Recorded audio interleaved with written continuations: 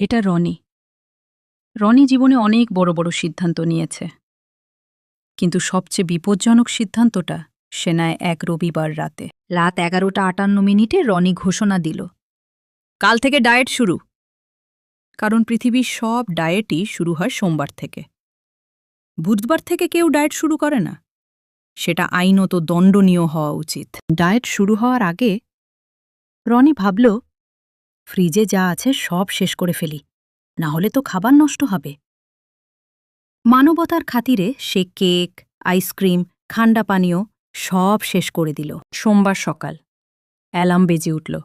রনি উঠল, তারপর আবার শুয়ে পড়ল। কারণ শরীরচর্চার আগে শরীরকে বিশ্রাম দেওয়া জরুরি। অবশেষে সকাল 10টায় সে পার্কে গেল দৌড়াতে।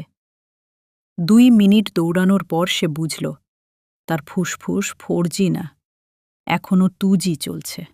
সে বেঞ্চে বসে ভাবছে, মানুষ ম্যারাথন দৌড়ায় কিভাবে?